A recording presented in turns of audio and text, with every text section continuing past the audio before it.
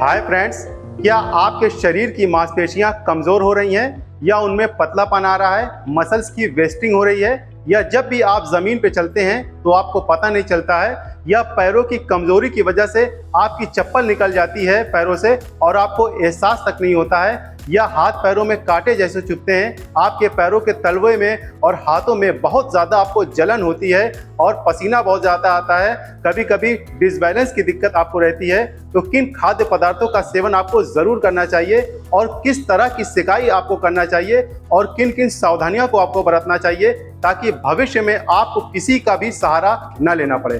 तो अगर आपको डायबिटिक न्यूरोपैथी की दिक्कत है या रीढ़ की हड्डी में कहीं नस दब रही है तो इस वीडियो को आप अंत तक अवश्य देखिए, और अगर आप चैनल पर नए हैं तो इसको अवश्य सब्सक्राइब कर लीजिए ताकि जब भी हम हेल्थ से रिलेटेड कोई भी वीडियो बनाएं तो सबसे पहला नोटिफिकेशन आपके पास पहुंचे। मैं हूं आपका physiotherapist doctor Zeeshan Ali, Physiovedic clinic Lucknow से। डायबिटिक न्यूरोपैथी एक ऐसी प्रॉब्लम है जिसको आजकल यंगस्टर भी सफ़र कर रहे हैं, क्योंकि गलत खान पान की वजह से उनके ब्लड में शुगर की मात्रा अधिक हो जाती है, जिसकी वजह से जो खून की नलियां होती हैं वो डैमेज होना शुरू हो जाती हैं। इसकी वजह से उनको रिपेयर करने के लिए वहाँ पे कोलेस्ट्रॉल और कैल्शियम और बहुत सारी चीज़ें डिपॉजिट होना शुरू हो जाती हैं, जिसकी वजह से होता क्या है कि जो नर्व होती है जिनका काम ब्रेन तक सिग्नल को लाना ले जाना होता है, तो उन नसों को प्रॉपर न्यूट्रिशन नहीं मिल पाता और नर्व डैमेज होने लगती है। इसी वजह से ही हाथों पैरों में जलन होने लगती है, कांटे जैसे चुभते हैं, या बहुत सारे पेशेंट में ऐसा देखा जाता है कि इन्फेक्शन हो जाता है, जैसे चलते चलते उनकी चप्पल उतर जाए और पैरों में अगर कुछ चुभ जाए तो वहाँ पे इन्फेक्शन हो जाता है और एम्पुटेशन तक की दिक्कत देखी जाती है, या वो पेशेंट व्हील चेयर पर भी आ सकता है, या बहुत ज़्यादा पसीना आता है और डिसबैलेंस की भी पेशेंट को दिक्कत देखी जाती है। तो कुछ खाद्य पदार्थों का अगर आप सेवन करते हैं तो आप इन सब दिक्कतों से काफ़ी हद तक बच सकते हैं। तो जो सबसे पहले खाद्य पदार्थ को आपको सेवन करना है वो है व्हाइट ओनियन, यानी कि सफ़ेद प्याज। ये anti inflammatory, anti allergic, antioxidant और एंटी कार्सिनोजेनिक होता है। इसमें iron, vitamin C, vitamin B, folate, calcium बहुत ही भरपूर मात्रा में होता है। जिन लोगों को टाइप 2 डायबिटीज़ है, जो बड़े में होती है, बूढ़ों में होती है, उनके लिए ये एक वरदान की तरह है, क्योंकि इसमें सल्फर की मात्रा बहुत ज़्यादा होती है जो डायबिटीज़ के प्रभाव को कम करती है। इसीलिए आपको अगर डायबिटीज़ है जिसकी वजह से आपको न्यूरोपैथी की दिक्कत हो रही है तो आपको व्हाइट ओनियन, सफ़ेद प्याज का सेवन ज़रूर करना चाहिए।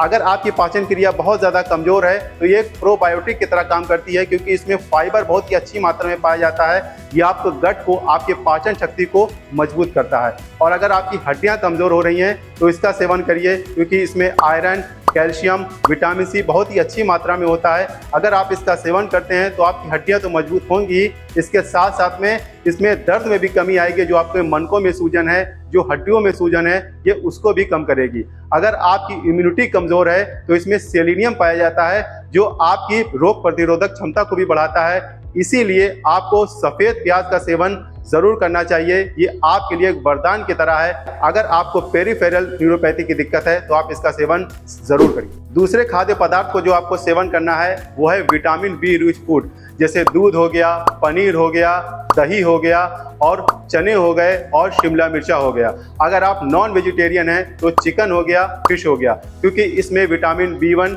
B6 और B12 भरपूर मात्रा में होता है। विटामिन B1 का काम ये होता है कि वो नर्व को एनर्जी देता है, नर्व के फंक्शन को इम्प्रूव करता है, जिससे आपकी नसें जो होती हैं वो मजबूत हो जाती हैं। और विटामिन B6 का काम ये होता है कि वो जो नर्व होती है जिसमें सूजन होती है, दर्द होता है, जो नर्व में इन्फ्लामेशन होता है, ये उसको भी कम करता है। और जो विटामिन B12 होता है ये नर्व को रिपेयर करता है, मरम्मत का काम करता है। तो आप विटामिन बी रिच फूड का सेवन जरूर करिए।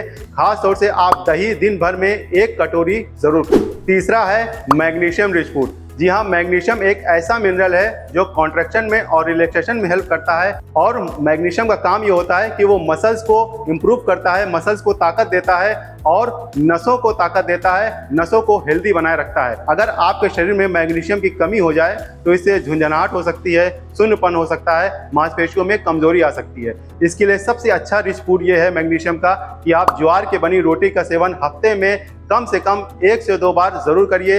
इसमें मैग्नीशियम भरपूर मात्रा में होता है। और आप स्प्राउट्स का भी सेवन कर सकते हैं। मूंग की दाल को अंकुरित करके अगर आप इसका सेवन करते हैं तो इसमें भरपूर मात्रा में मैग्नीशियम मिल जाता है। इसके लिए आपको करना यह है, आपको एक मुट्ठी मूंग की दाल रात में भिगो करके रख देना है थोड़े से पानी में, और सुबह उसको सूती कपड़े में लपेटकर हवा में टांग देना है। फिर जब वो अंकुरित हो जाए तो उसमें धनिया हो गया, मिर्चा हो गया, गाजर हो गया और कई सब्जियां मिला सकते हैं, और सुबह सुबह अगर आप उसका सेवन करते हैं तो भरपूर मात्रा में आपको मैग्नीशियम मिलेगा।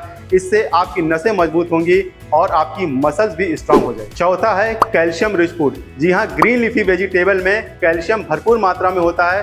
विशेष तौर पे पालक जो होता है उसमें कैल्शियम बहुत ही अच्छी मात्रा में होता है। 100 ग्राम पालक में लगभग 99 मिलीग्राम तक कैल्शियम पाया जाता है। अगर कैल्शियम आपके शरीर में कम हो जाए तो इससे आपकी हड्डियां कमज़ोर हो सकती हैं, आपके दांत कमज़ोर हो सकते हैं। तो आप हरी पत्तेदार सब्जियों का ज़्यादा से ज़्यादा सेवन करिए, इससे आपकी हड्डियां मजबूत होंगी। जब आपकी हड्डियां मजबूत होंगी तो आपको किसी प्रकार का दर्द नहीं होगा। इसके साथ साथ में आपको विटामिन डी का भी सेवन ज़्यादा करना है, क्योंकि कैल्शियम को एब्जॉर्ब करने के लिए विटामिन डी की बहुत ज़्यादा आवश्यकता होती है। विटामिन डी का काम ये होता है कि वो नर्व के फंक्शन को इम्प्रूव करता है, आपकी मसल्स को मजबूत करता है। अगर विटामिन डी की कमी हो जाए तो आपको ऑस्टियोपोरोसिस का खतरा हो सकता है, फ्रैक्चर का खतरा हो सकता है। बहुत सारे लोग गिर जाते हैं तो उनकी स्पाइन में फ्रैक्चर हो जाता है, तो इससे भी आप बच सकते हैं। इसके लिए आपको करना यह है, सुबह सुबह आप वॉक करिए, इससे आपको गुनगुनी धूप मिलेगी और विटामिन डी की जो कमी है वो पूरी हो जाएगी। अगर यहाँ तक मेरी वीडियो आपको अच्छी लग रही है तो इसको एक लाइक ज़रूर कर दीजिए,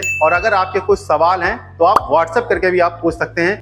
लेकिन इसके लिए आपको थोड़ा सा धैर्य रखना पड़ेगा, क्योंकि सभी के सवाल का जवाब देना एक साल बहुत ज़्यादा मुश्किल हो जाता है। अगर आप हमसे पर्सनली कॉल पे बात करना चाहते हैं तो इसके लिए आपको थोड़ी सी मामूली सी फीस देनी होगी और आप हमसे वीडियो कॉल के थ्रू बात कर सकते हैं। लेकिन अगर बहुत ज़्यादा ज़रूरी होगा तभी आप कॉल बुक कराइएगा। पांचवा है जिंजर यानी कि अदरक। अदरक में एंटी इन्फ्लामेटरी गुण पाए जाते हैं जो आपके नसों के दर्द को कम करते हैं, इन्फ्लामेशन को कम करते हैं और सूजन को कम करते हैं। लेकिन कई सारे लोग इसका सेवन चाय के साथ ही करते हैं या सब्जियों के साथ ही करते हैं। लेकिन अगर आप 1 टीस्पून कसा हुआ अदरक 1 कप पानी में उसको उबाल लीजिए, जब पानी आधा रह जाए तो उसको छान करके आप कप में रख लीजिए और उसमें आप 1 चुटकी इलायची डाल दीजिए। इससे आपका टेस्ट बढ़ जाएगा, और आप खाना खाने के बाद सुबह और शाम इसका सेवन करते हैं तो आप नसों के दर्द को कम कर सकते हैं, और जो डायबिटिक न्यूरोपैथी की दिक्कत आपको हो रही है उससे भी काफ़ी हद तक आप बच सकते हैं। तो आप इन 5 खाद्य पदार्थों का सेवन करिए, आप कुछ ही दिनों में देखेंगे कि आपके नसों का दर्द जो है वो कम हो गया, और जो मसल्स है जो कमज़ोर हो गई है उसमें भी आपको फ़ायदा ज़रूर मिलेगा। इसके साथ साथ में कुछ लोगों की गर्दन की नस दबती है या कमर में नस दबती है, तो होता क्या है, उनकी मसल्स की वेस्टिंग होने लगती है, उनमें पतलापन या मसल जो है वो गलने लगती है। तो आपको करना यह है, आपको प्रोटीन का अधिक से अधिक सेवन करना है। इसके साथ साथ में आपको कुछ एक्सरसाइज करनी है जिससे मसल्स में आपके स्ट्रेंथ बनी रहे, ताकत बनी रहे, और जो मसल्स की वेस्टिंग हो रही है वो कम हो सके और वो रुक सके। अगर आपको डायबिटिक न्यूरोपैथी की वजह से तलवों में जलन होती है या हाथों में जलन होती है तो आप चिल्ड वाटर ले लीजिए एक तसले में, और उसमें अपना हाथ और पैर डिप करके 10 से 15 मिनट के लिए बैठ जाइए, और ये प्रक्रिया आप दिन भर में 2 से 3 बार करिए। आप कुछ ही दिनों में देखेंगे कि आपके तलवों में जो जलन हो रही है वो ठीक होने लगी।